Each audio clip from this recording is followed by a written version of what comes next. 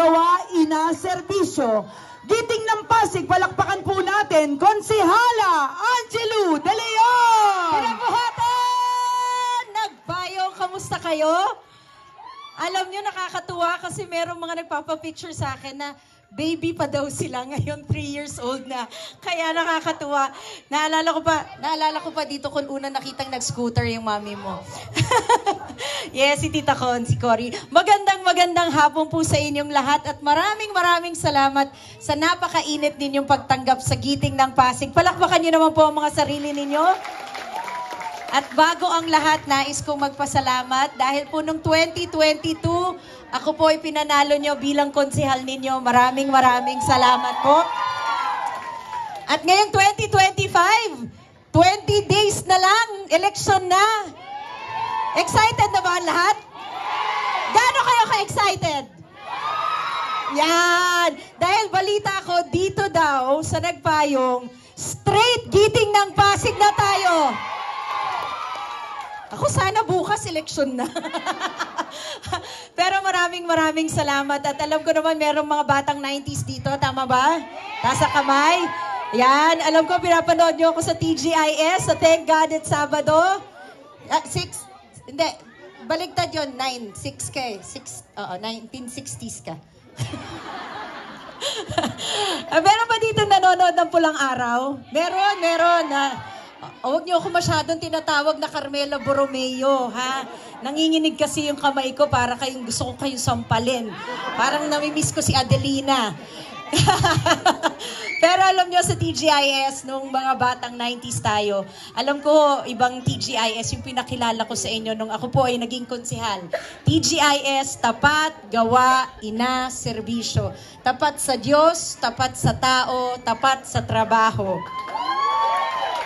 Gawa, hindi po puro salita. Alam ko dito nararamdaman nyo na nagtatrabaho ang 11 council ninyo. Tama po ba? Sa pamumuno yan ni Vice Mayor Dodot Jaworski, of course. At syempre ang ina na mag-aalaga at magtatanggol sa mga kabataan, kababaihan, mga persons with disability man yan, senior citizens man yan, or solo parents. May mga solo parents ba? Sa mga solo parents, ngayon po ay araw ninyo, so happy Solo Parents Day. Pero ito pong buong linggo na to ay Solo Parents Week. Pero ngayon po ang umpisa niyan, so happy Solo Parents Day po. At alam natin na lagi nating ipagtatanggol ang mga solo parents. Tama po ba? Dahil totoo naman, hindi lang po solo parents, pero lahat po ng tao dapat po nire-respeto at hindi binabastos. At syempre po, ang S ay serbisyo. Serbisyong hindi po mapapagod at laging nakangiti habang nagseserbisyo. Dahil tunay naman, napakasarap pagserbisyo ng mga Pasigueño, no? Tama po yan eh. Masarap po talaga.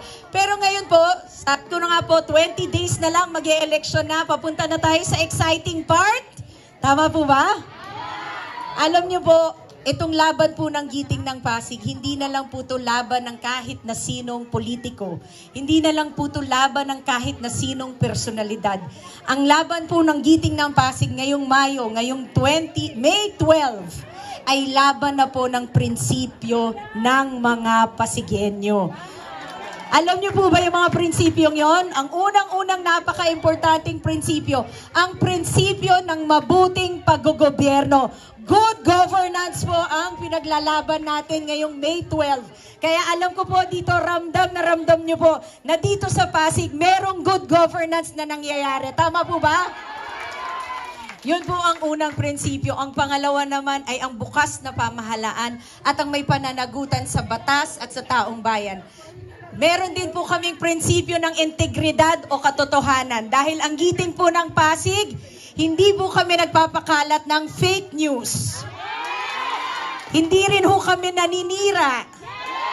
Hindi rin po kami maglalabas ng misinformation at disinformation.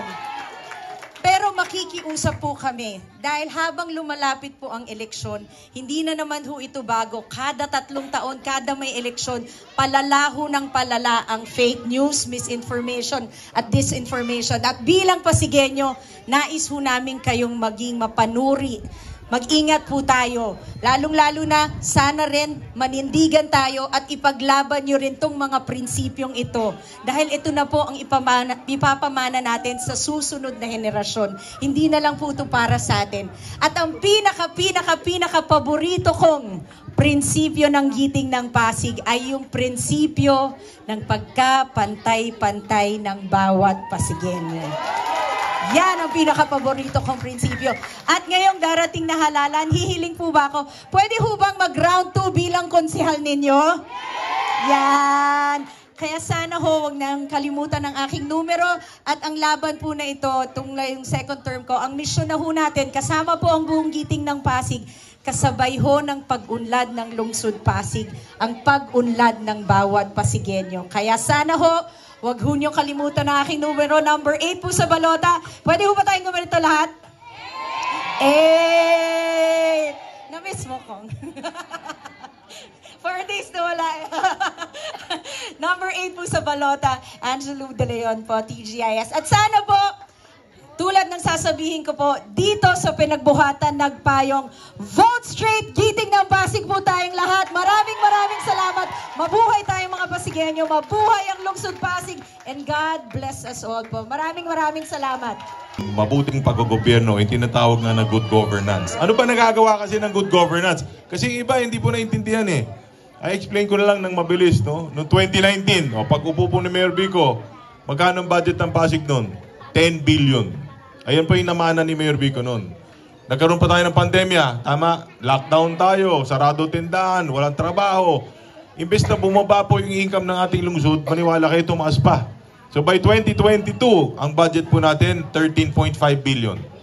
So from 10, naging 13.5. Ito ngayon, binigyan nyo siya ng mga kakampi. Dati kasi si Kong Roman lang at saka siya, si Mayor Vico lang noong 2019. Pero noong 2022, binigyan nyo na rin kami ng mandato, no, ng ating mga konsyal, karamihan po ng mga kasama natin sa Giting. At mula po 2022, 2023, naging 15 billion ang ating income. 2024, naging 17 billion.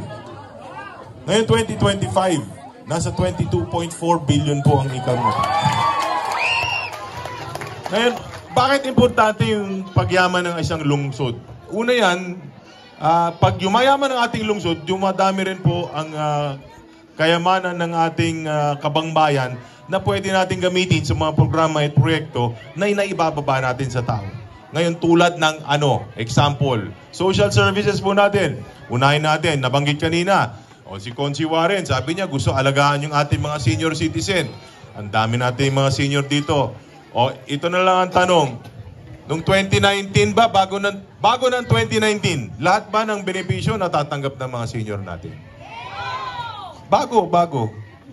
Before 2019. Di ba 2019 yun lang ginawa Mayor si Vico?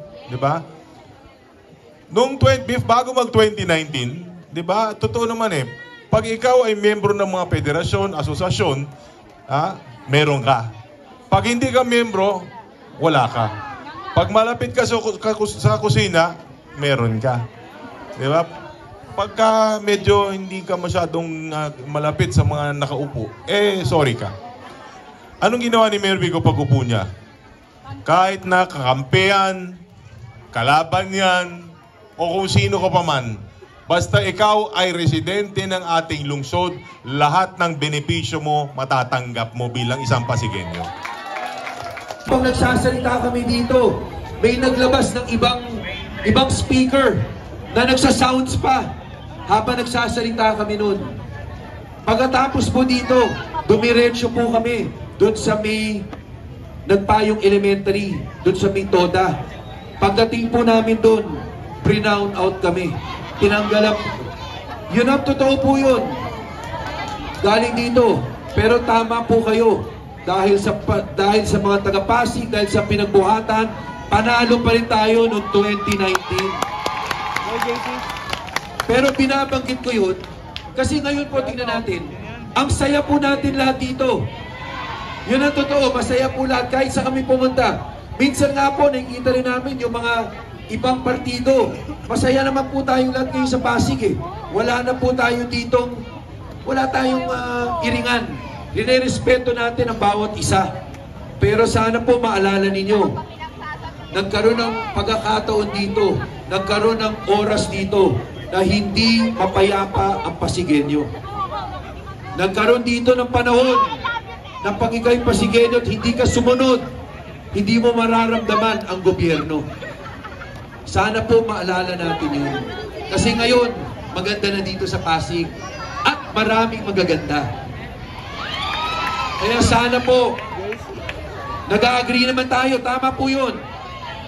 Kaya naman tayo sikat ngayon, kaya tayo mayabang, kaya tayo pinagmamalaki natin ang Pasig ngayon, di ba? Kasi pag lumabas ka ng Pasig, pag nalaman taga-Pasig ka, ano sasabihin sa'yo? Ang swerte nyo naman. Sasabihin, sana all. Bakit nila sinasabi yun? Dahil kay Mayor Vico. Dahil sa magandang pamamalakad ni Mayor Vico. Tayo, agree naman tayo doon, di ba? Kung nasan tayo ngayon at nasan tayo noon at ngayon, malaking portion po doon dahil kay Mayor Vico. Dahil sa good governance. Totoo po ba yun? Eto na po, papunta po tayo sa last term ni Mayor Vico. Marami na siyang naabot, pero mas marami pang pwedeng magawa si Mayor Vico at ang Team Giting. Noong 2022 po, binigay niyo po kay Mayor Vico, Vice Mayor na magaling. Binigyan niyo po siya sa Team Giting ng 5 konsihal na galing sa Team Giting. Sana ngayon po, 6 na ibigay ninyo kay Mayor Vico. I-straight nyo na po ang Team Giting. Sana po kahit may makiusap na sana magsingit, huwag naman tayo pumayag na. Sana po, ito naman, pagbigyan na natin ang ating sarili, ang ating lungsod ng isang magandang hinaharap. At yun po magagawa natin sa pamumuno ni Mayor Vico at Vice Mayor Dodot at 6 na konsihal ng District 2. Maasahan po ba namin na talagang magsa-straight giting kayo? Kahit may makiusap sa inyo, sasabihin nyo, straight giting. Kahit na talagang sarili nyo pamilya, sabihin, sige na, pagbigyan mo na ako. Hindi tayo papayag. Straight giting. Magandang gabi po at maraming salamat. Mabuhay po ang lungsod ng Pasig. Muling iboto ang number 1 sa balota, Congressman Roman Romulo, Barangay Binagbuhatan. Sino ang mayor nyo? Ang mahusay na mayor! Magandang gabi po sa ating lahat. Kamusta po ang Barangay Pinagbuhatan? Yung mga nakatayo sa likod, ayos pa ba kayo dyan? Baka napapagod na po kayo. Yung mga nandito po sa gilid, mataas pa energy natin. Yung mga nasa likod, ayos kung si Buboy pa rin. Yung mga banda dito po, ayos lang ba tayo? Parang palapit kayo ng palapit ah. Baka mamaya kayo na may hawak na microphone. Yung mga nakaupo, kamusta po kayo? Mga nanay, tatay, ate, kamusta po kayo? Sila po yung pinakamaaga, kaya nasa VIP seats po sila. Baka gusto niyo pong tumayo muna. Hindi, joke lang po. Yung mga nandito po sa bandang kaliwa, ayos lang tayo ha. Baka maghahaponan na po kayo. Iksian ko na lang po yung mensahe ko. Ha? Bakit? Ha? Habaan natin. Hanggang hating gabi tayo dito! Babago natin. Mas gusto po nilang umatras tayo pabalik sa mga lumang kalakaran. Siguro hindi naman natin kailangan maging genius para malaman o para maisip kung bakit kaya mas gusto nila dun sa lumang style. Siguro po kasi mas nakikinabang sila dun sa lumang kalakaran. Maaring sila yung nakaupo noon, maaring hindi sila yung nakaupo mismo pero sila yung mga nangongontrata, sila yung may malalaking kontrata, alam na po natin yan. O sila yung malalapit, nakadikit doon, malapit sa kusina, ika nga. Kaso ngayon sa Pasig, May araw-araw naman po kami nag-iikot. Ang laki po ng lungsod natin. Nasa 1 milyon na po ang residente natin sa totoo. Nararamdaman po namin sa aming pag-iikot at sana nararamdaman din po ninyo na ang Pasigueño ngayong 2025 ay ayaw ng paatras tayo. Gusto natin padiretso. Paigtingin pa natin kung ano ang nasimulan na. Nandito na tayo eh. Tinalikuran na natin yung mga bulok na style, yung mga tradisyonal na politika. Yung politika na takutan, palakasan, kickbackan, yung nakatatak yung pangalan sa alam niyo na yun. Wala naman kayong nakitang project of Vico Soto, di ba? Bakit? Kasi gusto natin, proud ang bawat isa sa project ng lungsod natin.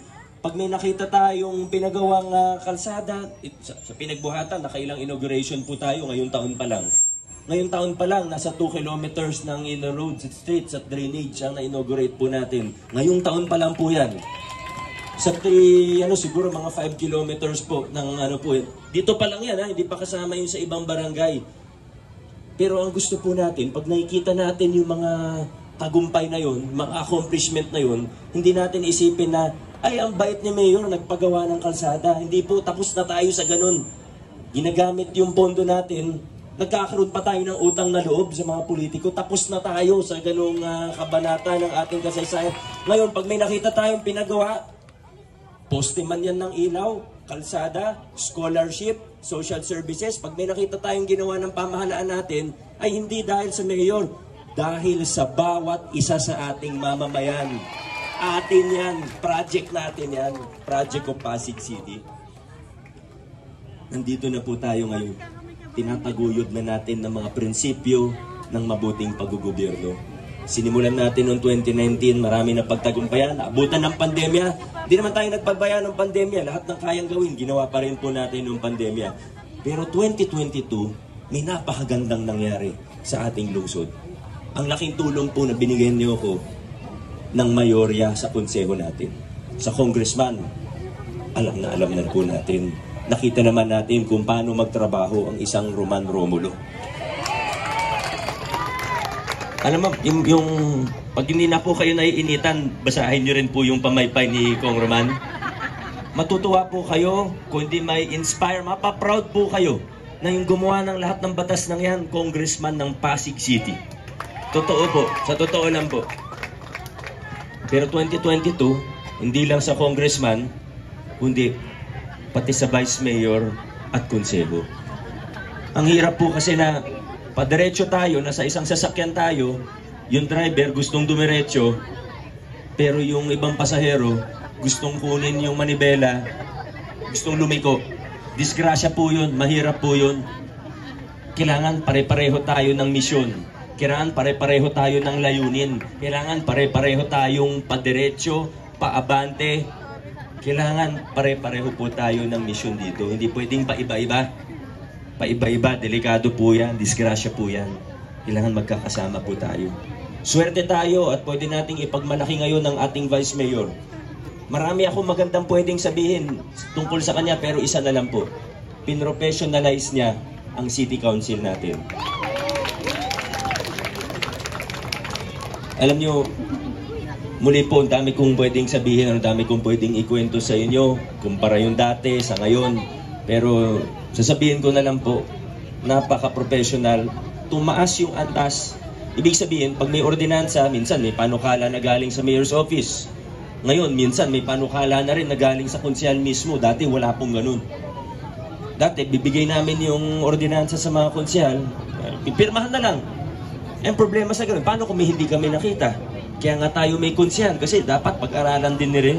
Baka may nakita sila na hindi namin nakita. Ngayon po, yung mga konsyal natin sa panguna ng Vice Mayor, talagang nagtatrabaho din. Kaya nagiging mas maganda yung bunga, mas nagiging maganda yung resulta o yung output. Vice Mayor natin, sa sobrang professional, alam nyo, pag may meeting kami ng 2 p.m., 1:59, nandun na. May meeting kami ng alas 8 ng umaga, 7:56, nandun na po siya. Yan po ang ating Vice Mayor, Dodot Jaworski po. At syempre, kasama rin natin ang mga konsehal. Kung okay lang po sa inyo, papakilala ko po sila ulit. Alam kong kilala niyo na sila, pero para kasi alam niyo, napansin ko po, minsan medyo nagkakamali tayo sa pangalan nila. Parang nagkakalituhan po tayo. Yung pa lang sa number 1, kanina nasa Lawrenceville kami. Parating si Konsi Buboy, di syempre, biglang lumiwanag. Ayan po, dumating si Konsi Buboy, sabi nung katabi ko, ay Mayor, nandiyan na si Buboy San Agustin. Ay, hindi po San Agustin, Agustin lang po, hindi po siya santo. Number 1 sa ating mga balota. Pagkatapos ni Konsi Buboy, dumating naman si Konsi Angelo. Sabi naman ng katabi ko, ay, ayan na si Pichi. Sabi, ay kunay, wala pong Pichi sa balota. Angelo De Leon po yung number 8.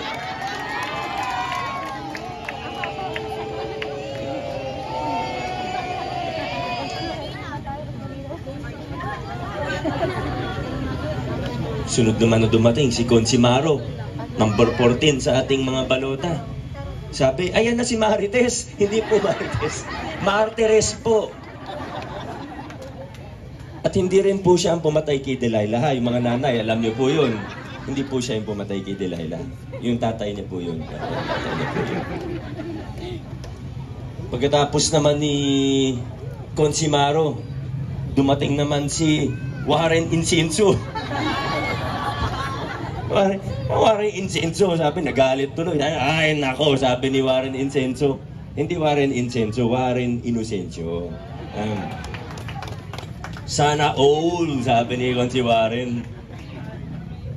Tapos yung huling dumating, si Konsi Boy, number 15 naman sa ating mga balota.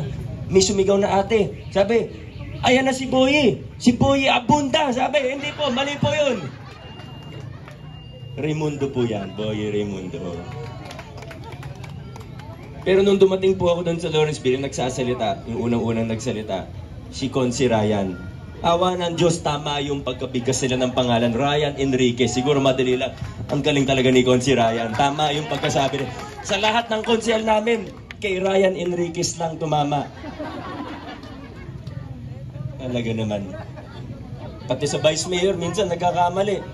Sabi, ito na si Vice Mayor Dudut. Mga kaibigan, pag Dudut, maliit po yun. Ang Vice Mayor natin, si Dodot Jaworski. Straight Kiting ng Pasig. Hindi tayo papayag na paatras ang takbo natin. Dire-diretso lang tayo sa Pasig City. Dire-diretso po tayo, mga kaibigan. God bless Pinagbuhatan. God bless Pasig City. Maraming salamat po. Muling